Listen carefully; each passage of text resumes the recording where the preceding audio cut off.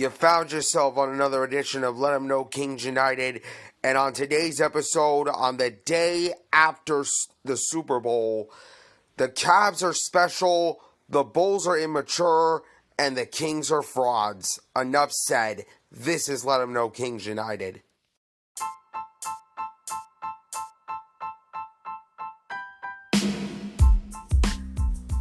And now, ladies and gentlemen, it is that time for the post-game reaction podcast of the Cleveland Cavaliers, Sacramento Kings, and the Chicago Bulls. This is Let 'Em Know Kings United. Let 'em know, nation, you already know what time it is. Welcome to another edition of Let 'em Know Kings United, your Cleveland Cavaliers, Chicago Bulls, and Sacramento Kings post-game reaction podcast. I am your host, Skylar Weisberg, and as always, I'd like to thank each and every one of you so much for tuning into today's program. You can find this show, which is absolutely free and available on your favorite podcast app and on YouTube. If you are watching this video on YouTube, my NJHawk40 YouTube channel, go ahead and hit the like button on this video if you enjoyed. Hit subscribe and turn on that notification bell. For my audio listeners, give the show a follow on those platforms if you can please, on your favorite podcast app, whether it's Spotify, Amazon Music, iHeartRadio, Pandora, Radio Public, or Spotify, or wherever else you listen to this podcast. Turn on your notifications so you know about the next episode. Please rate, spread the word out to your friends, and give Let 'Em Know Kings United a 5-star review on whatever podcast platform you are listening to this on. It is an amazing way to support the podcast, and I appreciate each and every one of you for tuning in. Now, before I even get into it, a little bit of football news that I gotta break to y'all. I need to give the kudos to the Kansas City. Karma is the guy on the Chiefs. Travis Kelce, Patrick Mahomes, and of course Taylor Swift, my favorite artist of all time, winning a Super Bowl. Taylor Swift in her first year in the NFL, winning a Super Bowl. Oh, that is amazing. That is absolutely amazing. Kudos to the Kansas City Chiefs. And the reason why I want to open with the kudos to the Kansas City Chiefs, because they are a well-coached team and they are a dynasty. The Sacramento Kings, however, ladies and gentlemen, are absolute frauds. Absolute frauds, as they lost to the Oklahoma City Thunder 127-113 in a game from the jump. OKC deserved to win this game. From the jump. They were coming off the worst loss of the season. 146-111 against the Dallas Maverick team, who quite frankly won the trade deadline for the Western Conference. I mean, PJ Washington and Daniel Gafford for the Mavs look absolutely nice.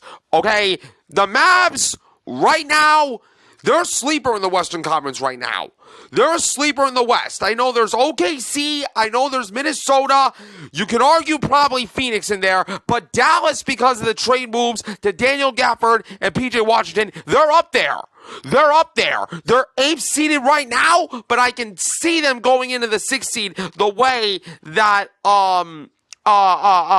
Dallas is playing right now. As far as Sacramento, I would never thought these words come out of my mouth, especially considering the fact that I cover the Sacramento Kings for this podcast. This team is a poorly coached, poorly prepared wreck, and I blame Mike Brown for this specifically.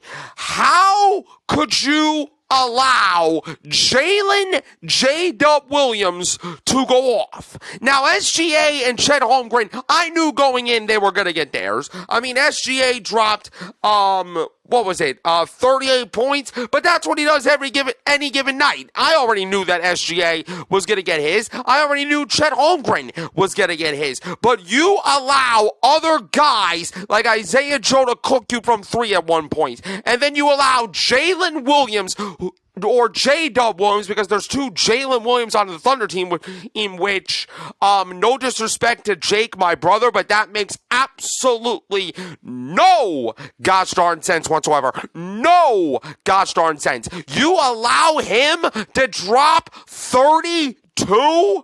You allow those guys to hurt you? I mean, how pathetic is this team? This team is nothing but a roller coaster that I cannot figure out. I really cannot figure out. Like, one game we're playing like the best team in the league at one point. We're probably one of the dark horses in the West at one point. Then the next, you show up, lay an egg, and get embarrassed. Every game this season, I don't know which Sacramento team is going to show up. Whether they're either the best team in the league or they're going to get worked. I don't know what it is. But you show me one thing, you're frauds. You are absolutely frauds, Sacramento. Fraudulent. And the only guy on this team, the only guy that deserves an all-star break is Domantas Sabonis. This guy is the only leader that you have. The only leader that this team has. Now, I know Malik Monk scored 26 off the bench, but that's what he does. But that's what he does off the bench. You can argue that Malik Monk should get an all-star break as well. You can argue the fact that Keegan Murray gets an all-star break because he is part of the Rising Stars. But everybody else, especially you, De'Aaron Fox, you're supposed to be leading the league in scoring. 27 points per game. If I'm not mistaken, that's your average. If I'm not mistaken, that's your average, De'Aaron Fox. You go out there and you drop 15 points. While you allow SGA, who's an MVP candidate in Shai Gilgeous-Alexander, outworked and outplay you and dropped nearly 40. How pathetic, how embarrassing, how poorly coached this Sacramento team is. I mean, they were so poorly coached that I didn't see the Sacramento Kings one time defend a ball screen. They don't know how to defend ball screens. At one point, they were setting a cross screen. The Thunder were setting a cross screen, and Keon Ellis did not know how to get to the other side because Domantas Sabonis didn't jam the screener as he came through. How embarrassing is that? At one point, Oklahoma City was setting a down screen, and we didn't know how to attach and show, so SGA couldn't curl off it. Like, how elementary is this team? This team is playing like an elementary, third grade basketball team. And Mike Brown, I personally blame you because you're supposed to be the coach of the year, right? You're supposed to be one of the best coaches in the NBA because you're one of the coach of the year, right? Right now, I can only think of a couple of coaches that are out coaching you right now. Mark Dagnall is one of them. Chris Finch is one of them. Nick Nurse is another one. And clearly, the odds-on favorite to win coach of the year right now is J.B. Bickerstaff from the Cleveland Cavaliers. You want to know why he's the odds-on favorite? Look what the Cleveland Cavaliers are doing. They're winning. They've won 8 straight games, potentially 9. Potentially 9 tonight because I got them beating Philly. But Mike Brown, come on, bro. Come on, bro. You cannot sit here and tell me that you're okay with this. Because Sacramento, I think Sacramento's complacent. Honestly, they are complacent frauds because one game they're doing good, then the next they lay an egg. They're so inconsistent. I really can't figure them out. And also, it's not like they're like in the first half of the season and you're working things out. This is at the point of the year that after the All-Star break, you got 30 or 28 games left. And Sacramento, to me, is a team that, or actually, I'm not going to call them a team. I'm not going to call Sacramento a team. They are a bunch of individuals with only 2 guys that deserve an all-star break. Domantas Sabonis and Malik Monk. Keegan Murray, I can give you one because of the Rising Star appearance. But everybody else, I need every single member of the Sacramento Kings roster on the practice court every damn day until the All-Star break is over. Because this is absolutely fraudulent. Absolutely fraudulent. And Mike Brown, you need to be a better coach. You need to hold players accountable because all you talked about during the offseason and during training camp is accountability. We're going to hold each other accountable. Why don't you hold yourself accountable for the way that you got poorly coached in this game? Poorly coached against an Oklahoma City Thunder team that I thought played with more energy. I thought they responded well. I thought from the jump they played with a purpose and they stayed connected all night long, and especially the fact that Jalen Williams and SGA simply cooked De'Aaron Fox and everybody else on this team because Domantas Sabonis is just simply playing out of his mind. And speaking of MVP candidate, Domantas Sabonis, truly and clearly an MVP caliber player. But I don't know with this Sacramento Kings team, man. It's so bad with them that I'm not even going to watch them live. I'm not even going to watch them. They don't deserve my viewership the way they played. Now, Oklahoma City, you earn my respect.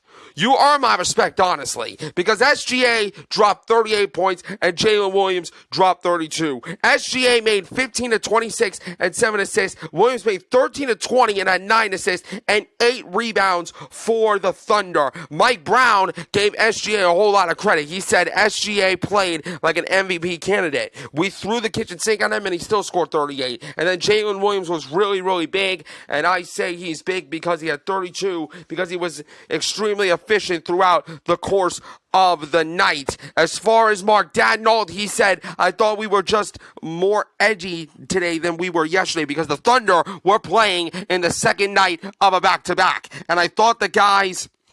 It's not about responding to one game, but it certainly is about us recognizing where our standards are and getting the car back on the road, and we're not up to par. And I thought the guys did a good job of that today.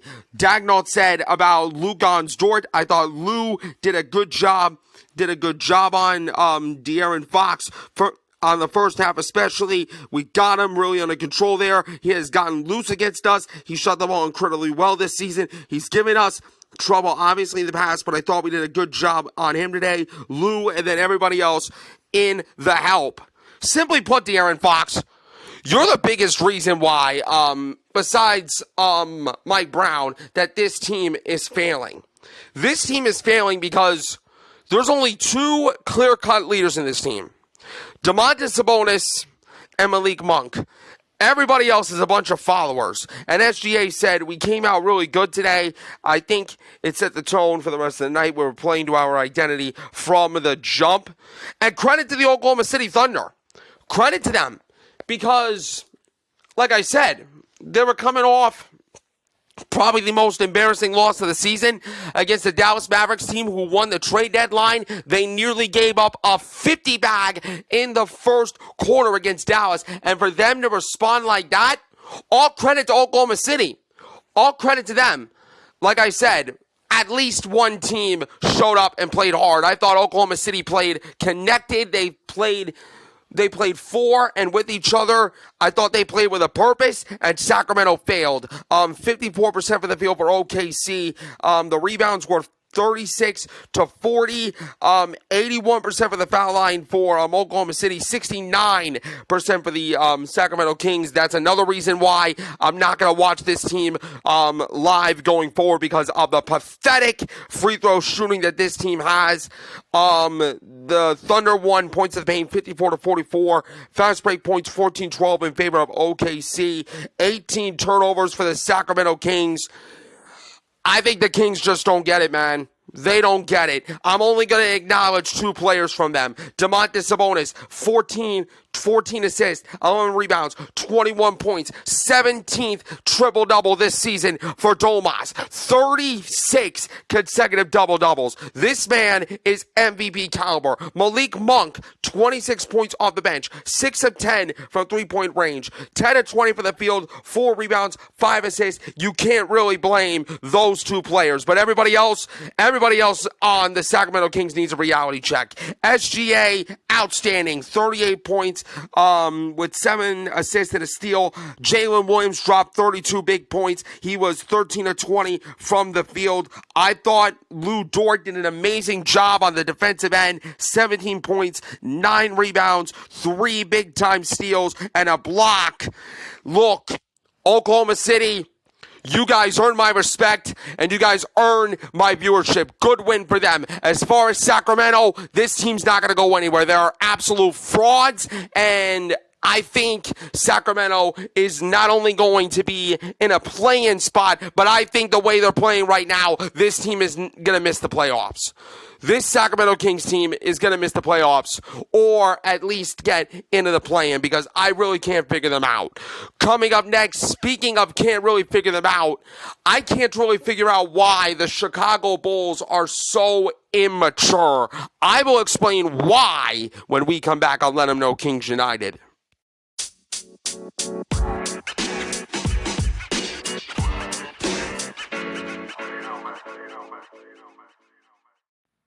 We're back on Let 'Em Know Kings United, and I don't know what to tell y'all, bruh.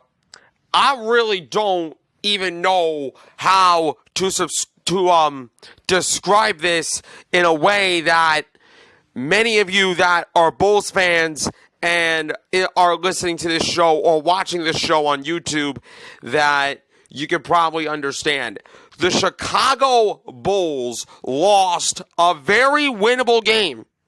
A very winnable game against the Orlando Magic in overtime, 114-108. And what's crazy about it was the Bulls had one goal, just one freaking goal, get to 500 before the All-Star break.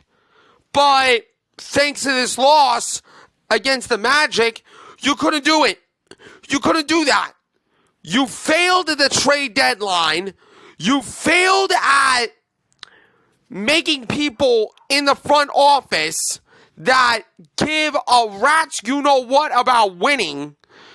And you ultimately failed at this game because you are so immature and you are selfish. It's not even funny. Check this out. Last shot of the game.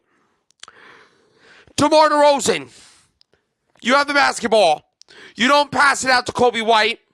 You don't pass it to Ayo Dosunmu, who had the hot hand, who had the best shooting performance out of anybody in the Chicago Bulls. You take the last shot. You go into overtime. Okay. I mean, the Bulls this year have been pretty good in overtime coming into this game, so I wasn't really shocked that this game wasn't going overtime, but I gotta be honest, if the Bulls showcase some maturity and some pride into their game, then maybe they could have, won this game at the buzzer instead of taking it into overtime, but that's beside the point. Another point was Chicago failed because they did not read the scouting report. The scouting report coming into that game says that the Orlando Magic are the best fourth quarter team in the league. And what did the Bulls do? What did the Bulls do? They allowed the Orlando Magic to come back in the fourth quarter and ultimately not only beat us in that fourth quarter, but ultimately they should beat us at halftime. Why? Because the same crap that happened the second time against the Miami Heat was the same crap that happened in this game. Do the Bulls not know the concept of gang rebounding? You couldn't grab a damn rebound to save your damn life. It's the same crap that I witnessed against the Heat. The second matchup in Miami. You know the Jimmy Butler buzzer beater that I was severely heartbroken about? That I cried to my girl about? That game is the same crap. It's the same crap. The Bulls don't get it. We're never going to get it. We are never going to learn what it takes to win ball games. You need stops on defense. You need gang rebounding. You need to read scouting reports. You need to understand the situation and the context of the game. Billy Donovan, you did not do that. You did not do that. You continue to be the most selfish coach in NBA history. You allowed DeMar DeRozan to take the last shot of the game. And newsflash, DeMar DeRozan hasn't been clutched since his years in Toronto. Or actually, I'll take that back. When he was in San Antonio, he was pretty clutch. But this guy is old as hell. Old as hell and dried up. Why don't we give the ball to somebody that can grow in these moments? People like Kobe White, who's been straight up hooping all season long for the Chicago Bulls. Huh? Or you can give it to Ayo Dosunmu, who had the hot hand all game long. But no, you don't do that. Or you give it to Nikola Vucevic. If Kobe White sets a screen, he could slip that, and you pass it out to Kobe White on the cut, and maybe you could have a chance to win the game there. But you decide to play hero ball.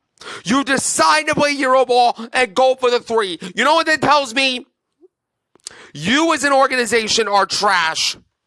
This Bulls team and this Bulls organization is just straight up garbage. Why do I waste my time watching this team every night? I don't understand.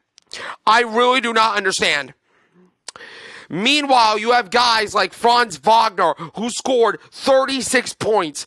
Cole Anthony had 14 points and 11 rebounds off the bench. In his second straight 30-point game, Franz Wagner scored off an offensive rebound because the Bulls have no earthly idea what boxing out means. For the first basket in overtime after the Bulls staged a late comeback. Now, before I continue my venting here, let me say this. Sure, the Bulls staged the comeback again. We were competitive, but not the competitiveness that this delusional vice president in AK is saying. Yes, we tried to make a comeback. We put a 15-0 run together at one point, but this was your opportunity to get to one game below 500 going into tonight's game against Atlanta, but you blew it because you are immature and you are selfish as a team. Actually, this Chicago Bulls, this is not a team. This is not a team. They're individuals that pretend to be a team. They might like each other outside the court, but when they're on the court, they don't know what the hell they're doing. They don't know what the hell they're doing. Jamal Mosley said these guys that had not played in some minutes came in and stepped up huge.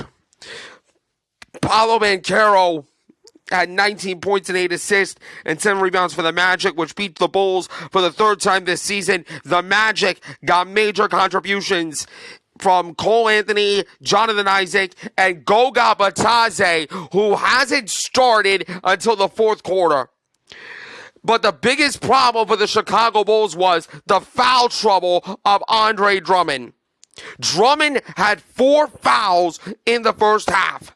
Now, DeRozan led Chicago with 28 points. A selfish 28 points, but 28 points nonetheless. Meanwhile, you had a guy in Nikola Vucevic who's a beast right now, who's playing his best basketball going into the All-Star break with 26 points and 17 rebounds. Meanwhile, Ayo Dosunmu scored 19 points for the Bulls despite playing much of this game with 5 fouls. The biggest reason that Billy Donovan claimed why the Bulls lost this game? He said, I think foul trouble really exhausted our team. I thought we were really tired coming down the stretch. I don't want to use that as an excuse, but I just felt like we were gassed. I mean, when DeRozan, Vucevic, and Kobe White all played more than 43 minutes, then that's a very valid argument. But my argument is this game came down to execution and maturity. The Bulls clearly didn't execute, and especially late in this game. Or actually all game long. They did not show maturity to me. They did not show me discipline. The Bulls were foul heavy all night, and all credit to Orlando. All credit to the Orlando Magic, all right? They might be a young team, but they are a talented young team.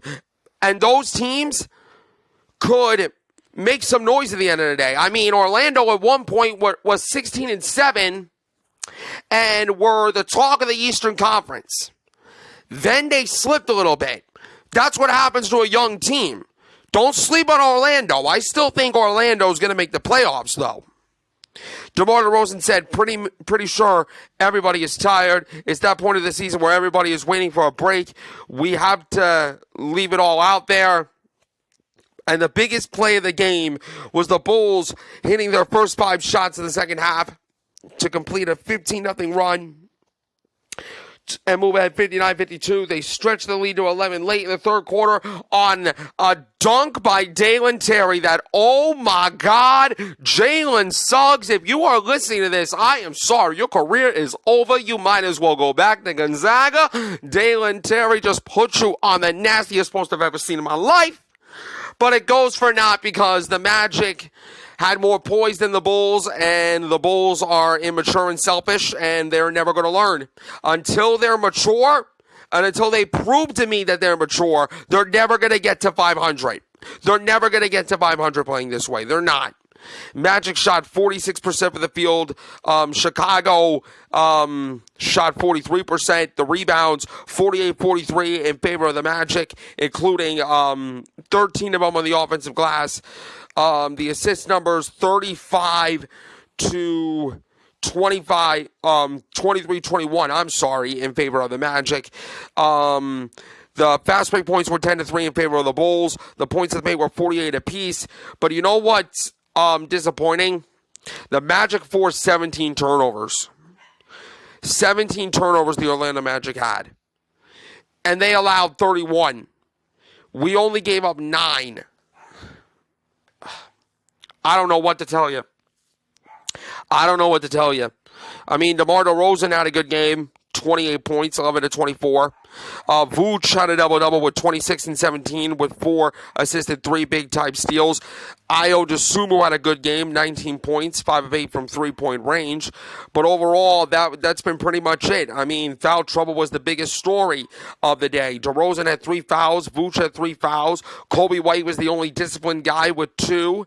Ayo Dosunmu had 5. Andre Drummond had 4. Because he played for 17 minutes in the first half and scored 4 points and 5 rebounds. That's not good enough.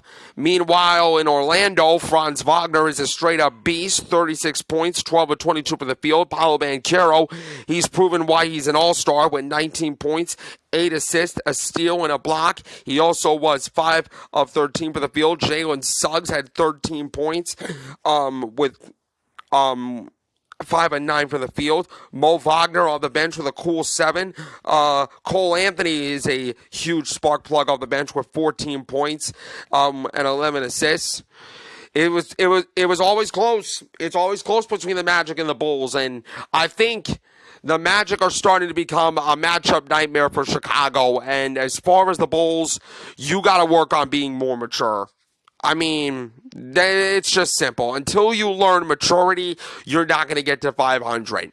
But coming up next, the hottest team in the East continues to steamroll all over the competition. The Cavs have won 9 straight, and we're going to talk about it right here on Let 'Em Know Kings United when we come back.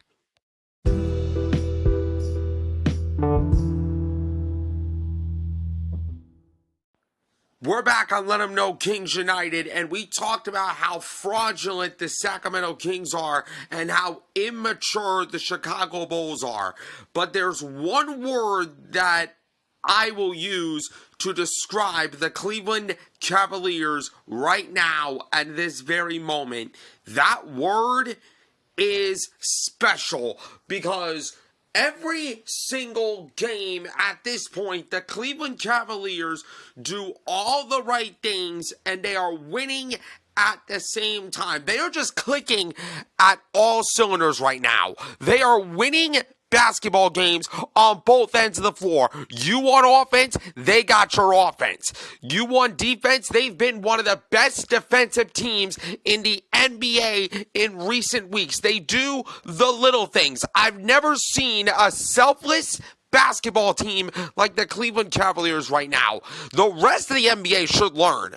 The rest of the NBA better learn how to stop the Cleveland Cavaliers, because the way they play in right now, I don't think the Philadelphia 76ers have a damn chance of winning tonight. I don't think they got a damn chance of winning against the Cleveland Cavaliers, because these guys have been straight up hooping, and they've continued to hoop against the Toronto Raptors in a 119-95 team win. It was a team win on both ends of the floor. Now, Donovan Mitchell, he did his thing with 15 points, and Max Strus had 14, but they did not lead the Cleveland Cavaliers into this win.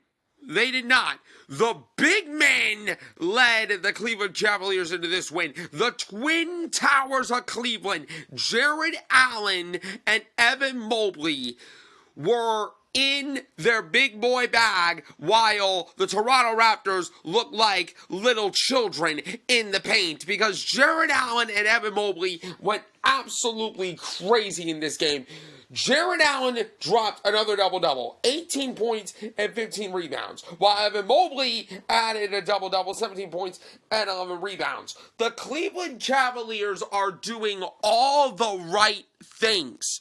They're doing all the right things to win games. And like I said, name me one team in the NBA right now that's better than Cleveland. Name me one.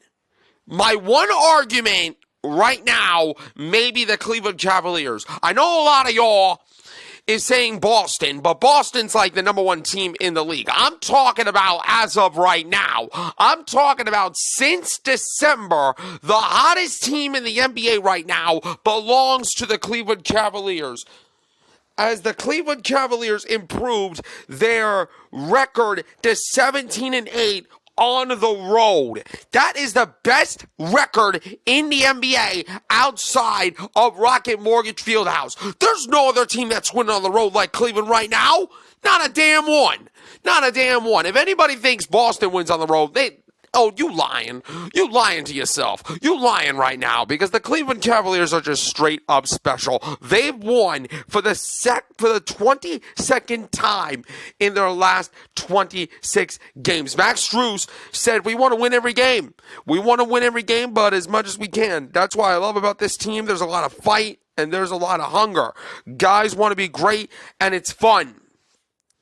Chicago, if you want to win basketball games, if you want to win consistently, you better learn from what Cleveland is doing right now. Because what I'm looking at, and as far as the Cleveland Cavaliers, when I'm looking at how great this team has been, they're not good anymore. They're not just good, I should say. They are absolutely great on both ends of the floor. This team has heart. This team has grit. This team has composure. This team has poise. This team is connected. This team plays with purpose. If the Cleveland Cavaliers continue to play like this after the All-Star break, because I have a bad feeling that as hot as the Cleveland Cavaliers are right now, I have a bad feeling about how the Cleveland Cavaliers are going to plunge after the All-Star break. I don't want that to happen. I'm not speaking this toward existence. I'm not speaking the future or anything, but given my experience of watching NBA basketball and more specifically my experience of watching the Cleveland Cavaliers, I am just afraid that kind of collapse could happen. But right now, the Cleveland Cavaliers are just rolling. By the way, their defense is the main reason why they're winning games. They are 11-0 this season when holding opponents below 100 points. That to me is not only crazy, but it's given the fact that J.B. Bickerstaff, who, by the way, is the odds-on favorite to win Coach of the Year right now. Odds-on favorite. This guy has the Cleveland Cavaliers more connected than ever, and they are playing harder than any other team in the NBA right now. J.B. Bickerstaff said, in our mind, we want to be elite defensively. We want to be able to strangle people. It's not only that they are connected defensively, but on offense, these guys are not selfish. These guys don't care about themselves. It's not about the posters. It's not about the glitz and the glamour for them. This is about true team basketball. You know what this Cleveland Cavaliers team reminds me of? The Chicago Bulls from 2010 to 2011. And I've had the distinct pleasure of many times, of watching that team on YouTube, watching that team's highlights. The Chicago Bulls from 2010-2011 had guys like Joakim Noah, Carlos Boozer, Derrick Rose was the MVP, Rajon Rondo, Taj Gibson, C.J. Watson, Kurt Thomas. You know what those guys did? They never cared about the glitz and the glamour. They never cared about the fortune and fame. They never cared about the money like a lot of players do, and a lot of people that are invested in this league. They care about money. All they care about is the team and playing for each other. This current Cleveland Cavaliers team right now reminds me of that team, and I gotta tell you, if this current Cleveland Cavaliers team right now squares off against the 2010-2011 Chicago Bulls, I'm telling you right now, that could be a toss-up. That could be a toss-up because it would be so evenly matched, it would be unbelievable to see those two teams go at it. And the reason why I'm saying that is because Cleveland's 36 assists was one shy of a season high. The Cavs finished with 48 made baskets. When you get 36 assists off of 48 made baskets, that's not only incredible, that's not only earth-shattering, okay? But it speaks to how selfless this Cleveland Cavaliers team is. They share the basketball, they move without the ball, they create opportunities for everybody, and they are just a very, very fun team to watch. Jared Allen said, we passed the ball very well tonight. Everybody was moving. Everybody was contributing to having a great game.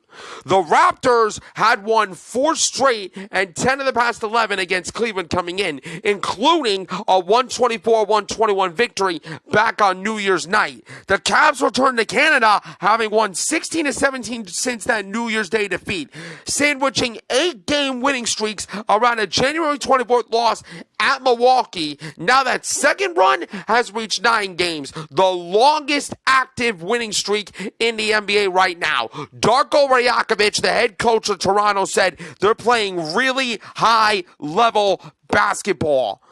And I got to tell you something. There's nobody in the NBA right now that can hang with the Cleveland Cavaliers. Not right now. This team is too special. This team is just legit. If they were legit last year, I think they're too legit this year. You know why? Because I loved the upgrades that the Cleveland Cavaliers did in the offseason. Sure, last year they were the number 1 team in defense. We knew that. We knew that the Cleveland Cavaliers are a defensive-minded team who wants to attack in the paint all the time. We knew that.